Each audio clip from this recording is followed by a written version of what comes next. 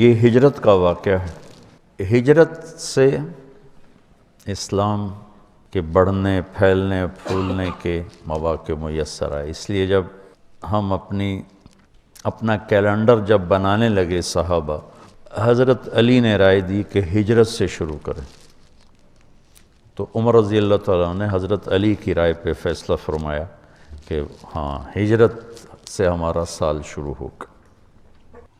تو خیر یہ ہجرت کا واقعہ ہے۔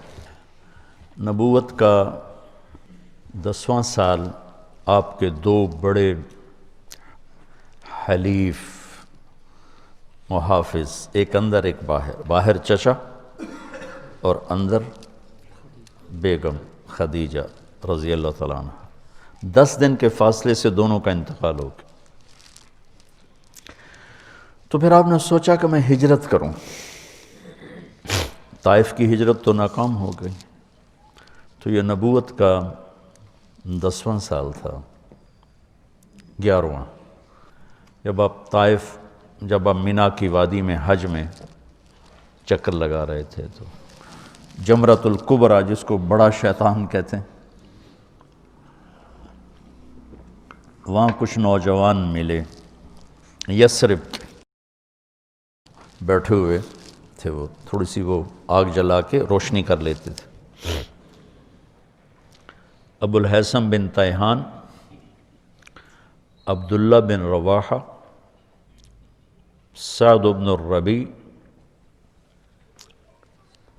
نعمان بن حارثہ، اسد بن زرارہ، عبادہ بن صامت، 6۔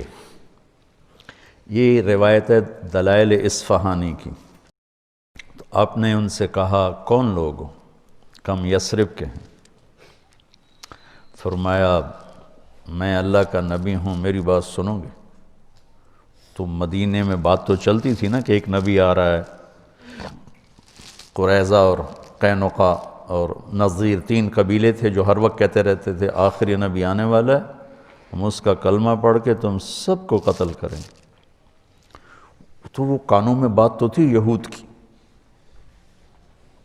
کہنے کا سناؤ، تو آپ قرآن سنایا کرتے تھے۔ وَإِذْ قَالَ إِبْرَاهِيمُ رَبِّ اجْعَلْ هَذَا الْبَلَدَ آمِنًا سے لے کر آپ نے هَذَا بَلَاغٌ لِلنَّاسِ، یہ سورہ ابراہیم کا آخر سنایا۔ کہنے لگے ہوا یہ وہی تو نہیں، چونکہ یہ کلام انسانی کلام نہیں ہے، عرب تھے نا۔ تو کہنے لگے واقعی یہ وہی نبی لگتا ہے جس کی وہ یہود بات کرتے ہیں، تو فَاسْبِقُوا قَبْلَ أَن تُسْبَقُوا، اور پہل کرو یہودیوں سے۔ تو یہ 6 نے کلمہ پڑھ لیا، آپ خوشی سے ایسے باغ ہو گئے۔ انہوں نے کہا ہم اگلے سال آئیں گے۔ تو آپ نے سارا سال ان کا انتظار کیا۔ اگلے سال 12 آئے، 5 ان میں سے تھے اور 7 اور تھے، اور البیعۃ العقبۃ الاولیٰ جسے کہتے ہیں، پہلی بیعت ان 12 لوگوں نے کی، نبوت کا 12واں سال۔ پھر کہ ہم اگلے سال آئیں، 13واں سال نبوت، اور اب وہ پہاڑ ہٹا دیا گیا ہے جس کے گھاٹی میں یہ سب جمع ہوئے، 2-3 پہاڑوں کے بیچ میں ایک جگہ، اب وہ جگہ کھل کے میدان ہے، اور وہاں ترکوں نے مسجد بنائی تھی۔ اس مسجد میں ایک دفعہ گیا، جب مجھے پتہ چلا جگہ کھل گئی، تو مسجد ترکوں نے یادگار چیزوں کو محفوظ کیا، انہوں نے آ کے رندائی پھیر دیا۔ وہاں میں نے مغرب پڑھی، پھر عشاء تک بیٹھا رہا۔ تو مغرب کی اذان بھی میں نے دی، جماعت بھی میں نے کرائی، کوئی شرطے آ گئے، پھر عشاء پڑھی، عشاء پڑھ کے پھر میں وہاں سے نکلا۔ تو 72 لوگ تھے، 2 عورتیں ام منیع، ام عمارہ، اور 70 مرد۔ رات کے اندھیرے میں یہ سب جمع ہوئے، تو آپ اپنے چچا عباس کو بھی لے کر گئے۔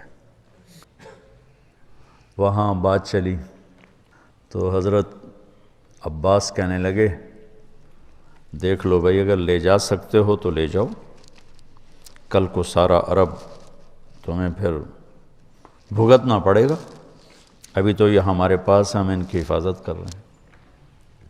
تو اسد بن زرارہ جو پہلی بیعت میں تھے، انہوں نے کہا یا رسول اللہ میں جواب دوں آپ کے چچا کو؟ آپ نے کہا دو۔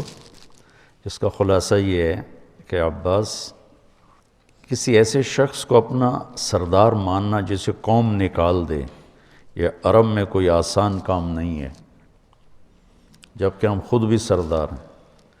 کسی ایسے شخص کو اپنا سردار ماننا جس پر سارا عرب دشمنی کے لیے ٹوٹا پڑا، یہ کوئی آسان کام نہیں ہے۔ جب ہم نے یہ کر لیا ہے تو وہ بھی کر کے دکھائیں گے۔ ہم بھی ابناء اور رجال ہیں، تلواروں کے سائے میں ہی پروان چڑھے ہیں۔ اقبال نے تو ایسے ہی تخیلاتی شاعری کی نا، اصل تو وہ تھے جو تیغوں کے سائے میں پل کے جوان ہوئے تھے۔ ابو الہیثم کہنے لگے آپ کی شرائط کیا ہیں؟ تو آپ نے فرمایا تطیعوننی فی المنشط والمکرہ، جی چاہے یا نہ چاہے میری اطاعت کرنی پڑے گی۔ تنفقون علی فی العسر والیسر، تنگی اور فراخی میں میرے اوپر خرچ کرنا ہوگا۔ تمنعوننی کما تمنعون انفسکم و اہالیکم، میری حفاظت کرو گے جیسے اہل اولاد کی حفاظت کرتے ہو۔ تامرون بالمعروف و تنہون عن المنکر، تبلیغ کا کام کرو گے، بھلائیوں کو پھیلاؤ گے، برائیوں کو مٹاؤ گے۔ تجاہدون فی سبیل اللہ، اللہ کی راہ میں جہاد کرو گے۔ ولا تخافون فی اللہ لومۃ لائم، اور اللہ کی منشا اور رضا میں کسی لعنت کرنے والے کی لعنت کی پرواہ نہیں کرو گے۔ 6 بات۔ تو بیعت کے لیے لوگ کھڑے ہونے لگے تو ایک انصاری صحابی عباس بن مرداس وہ کھڑے ہو گئے، ٹھو ٹھو ٹھو ٹھو، کیا ہوا؟ کیا ہوا؟ کہنے لگے بیعت سے پہلے 100 دفعہ سوچ لو۔ ترمیکم العرب عن قوس واحد، پورا عرب ایک جان ہو کر تم پہ حملہ کرے گا، تمہارے مال لوٹیں گے، تمہاری کھیتیاں اجڑیں گی، تمہارے بچے یتیم ہوں گے، تمہاری عورتیں بیوہ ہوں گی۔ اگر یہ برداشت کر سکتے ہو لے جاؤ، یہ دنیا اور آخرت کی بھلائی ہے۔ اگر کل کو چھوڑنا ہے تو ابھی چھوڑ دو۔ تو ابو الہیثم کھڑے ہوئے، یا رسول اللہ یہ اگر سب کچھ ہو جائے جو ہمیں یہ کہہ رہا ہے، اس پر ملے گا کیا؟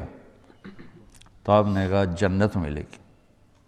قید اللہ نبالے کا، پھر کوئی پرواہ نہیں، ہاتھ بڑھائی۔ تو سب سے پہلے بیعت کی ابو الہیثم بن تیہان یا برا بن معرور، 2 نامات انہوں نے بیعت کی۔ پھر باقی سب نے، عورتیں آگے بڑھیں تو آپ نے کہا تمہاری زبان کی بیعت ہے، ہاتھ کی نہیں۔ جب بیعت ہو گئی تو یا رسول اللہ اب آپ ہمارے پاس تشریف لائیں۔ تو آپ نے کہا جب اللہ اجازت دے گا۔ تو ابو الہیثم کہنے لگے یا رسول اللہ ایک بات صاف ہو جانی چاہیے۔ آپ نے کہا کیا؟ کہ کل اللہ آپ کو فتح دے، پھر آپ ہمیں چھوڑ کے واپس مکہ تو نہیں آئیں گے؟ تو آپ نے مسکرا کے فرمایا کیا میرا جینا بھی تمہارے ساتھ ہوگا، مرنا بھی تمہارے ساتھ ہوگا۔ الدم الدم، الہدم الہدم، اب میری زندگی موت تمہارے ساتھ ہوگی۔ جب مکہ فتح ہوا تو 8 ہجری میں تو آپ نے صفا پہاڑ پر چڑھ کے لمبی دعا شروع کر دی، اتنی لمبی کی کہ انصار آپس میں سرگوشیاں کرنے لگے۔ اما الرجل فقد اخذته الرأفة بعشیرته، لگتا ہے کہ وطن کی محبت نے پکڑ لیا ہے، اب ہمیں چھوڑ جائیں گے۔ تو جبریل اترے کہ یا رسول اللہ انصار بدگمان ہو رہے ہیں۔ تو آپ نے ایسے ایک دم ہاتھ نیچے کر کہا یا معاشر الانصار ما اسمی اذن، اے انصار کی جماعت جانتے ہو میں کون ہوں؟ انا رسول اللہ، میں اللہ کا رسول ہوں، میں تمہیں بول دے چکا ہوں المحیا محیاکم والممات مماتکم لو سلک الناس وادیا وسلکت الانصار وادیا لسلکت وادی الانصار۔ تو مدینے والے پھوٹ پھوٹ کے روئے اور کہا یا رسول اللہ، محبت کی شدت میں بدگمان ہوئے ہیں، شدت محبت میں بدگمانی ہے، کوئی آپ کے بول کی بدگمانی نہیں۔ تو ہم نے کہا ان اللہ ورسولہ یعذرانکم، اللہ اس کا رسول تمہارا عذر قبول کرتی۔ تو نبوت کا 14واں سال تھا، محرم چڑھا، نبوت کا 14واں سال، ہجرت کی اجازت ہوگی، اور صحابہ نے انفراداً ظاہراً علناً خفیتاً نکلنا شروع کیا۔ تو ابو بکر رضی اللہ تعالیٰ نے عرض کی یا رسول اللہ میں بھی چلا جاؤں؟ کہا نہیں۔ تو ان کا الصحبہ، کیا مجھے آپ کے ساتھ جانا ہوگا؟ آپ نے کہا ہاں۔ تو وہ خوشی سے رونے لگے، تو کہنے لگے میں نے ایک اونٹنی پال رکھی اس دن کی، یہ جو قصوہ اونٹنی آتی نا تاریخ میں بہت مشہور، یہ صدیق نے آپ کو دی تھی۔ تو کہا میں نے آپ کے لیے ایک اونٹنی پال کر رکھی، وہ آپ کو دوں گا۔ آپ نے کہا میں پیسے دوں گا، مفت نہیں لوں گا۔ تو آپ نے اس کی رقم ادا کی، پیسے دیے اس کے۔